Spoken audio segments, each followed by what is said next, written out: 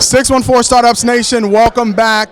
2019 Venture Dinner, and I have a very special guest, Anna Mason with Revolution. Thank you so much for joining me. Thank you, I'm so glad to be here. All right, now, you had the tough work of being a judge this year.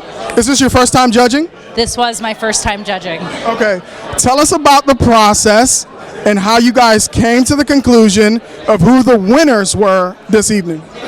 Well, there were an incredible number of judges who were involved, and we all did our own diligence and went through all the materials and submitted our individual top picks, and then Fallon, as per usual, ran a great process of bringing us all together and really collaborating and really having the opportunity to discuss all the companies together. But it was, while the actual conversations and all the back and forth was wildly competitive, I will say that the companies that ended up winning were really standouts amongst all the judges. Yeah, I mean, from the outside looking in, I didn't know what data you guys were looking at, but I think you guys did a 10 out of 10 job with the companies that were awarded, so fantastic there. Now, Revolution, everybody's kind of heard the name, synonymous with the bus tours, and you guys are trying to see what's happening in the middle of the country. So tell us a bit about Revolution for folks who don't know. Sure.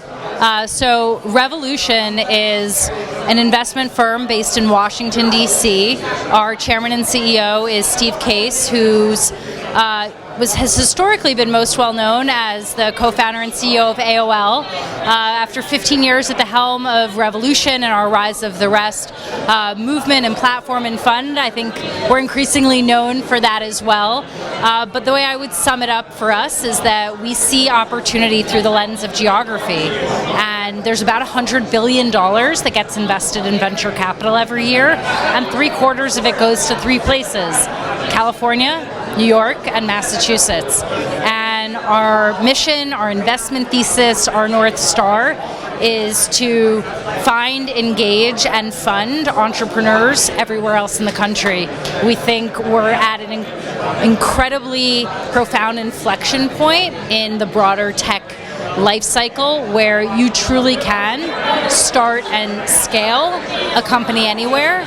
The ideas are there, the infrastructure's there, the backyard expertise is there. It's the capital that needs to be the connective tissue to help to bring it all together, and that's what we're all about. Yeah, and Nick Potts, one of our winners this evening from Script Drop, mentioned the other Ohio. I'm sure there's other Missouri and other Illinois outside of Chicago. As a venture firm, sourcing deals is a big part of that process, which is why you guys initiated the bus tour. You were here in Columbus and then in Youngstown. You're going to small cities all over. From an investor looking at the ecosystem in Ohio, from the outside looking in, do we have a way of getting you information about startups that's reliable and that's actionable in your opinion? And what are some things that we could do differently? So my short answer is yes. Yes, okay. Let us in on my longer answer, I have a couple things to say. First, I think what you are doing is a huge part.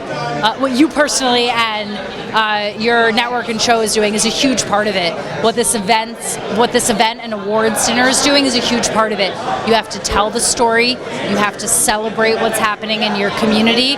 As so many of the founders who were winners spoke from the stage tonight acknowledged, the path is hard, it's long, it's hard. The highs are high, the lows are low, and so you have to really make sure as a community you come together to celebrate that. So one, being out there and having local media organizations that are hyper-focused on the startup community is a huge part of it.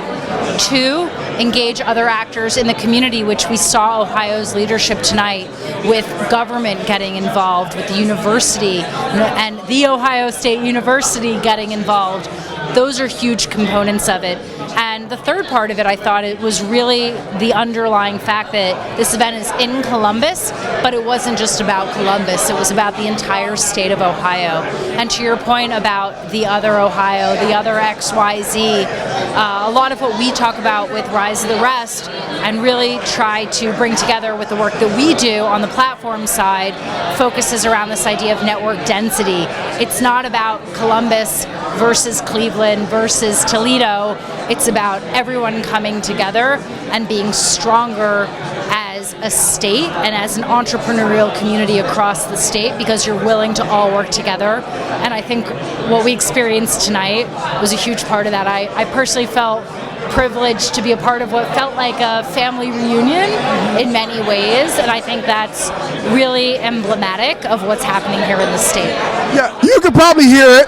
The buzz in here is energetic. If the camera was flipped around, you'd see people gathering around. This has been an awesome event. Now I gotta throw a little bit of a curveball. That's my signature. I'm gonna stretch you a little bit. It might not even be a stretch for you, right? Because you're Anna Mason. We're talking micro right now, what's going on in ecosystems. Let's talk macro. Right, as an investor, you have to consider both. What's on your mind as an investor from a macro standpoint? What are some things maybe we have blind spots about that might be around the corner that might affect our ecosystem that we need to be thinking about? Sure. Oh, it's a great question.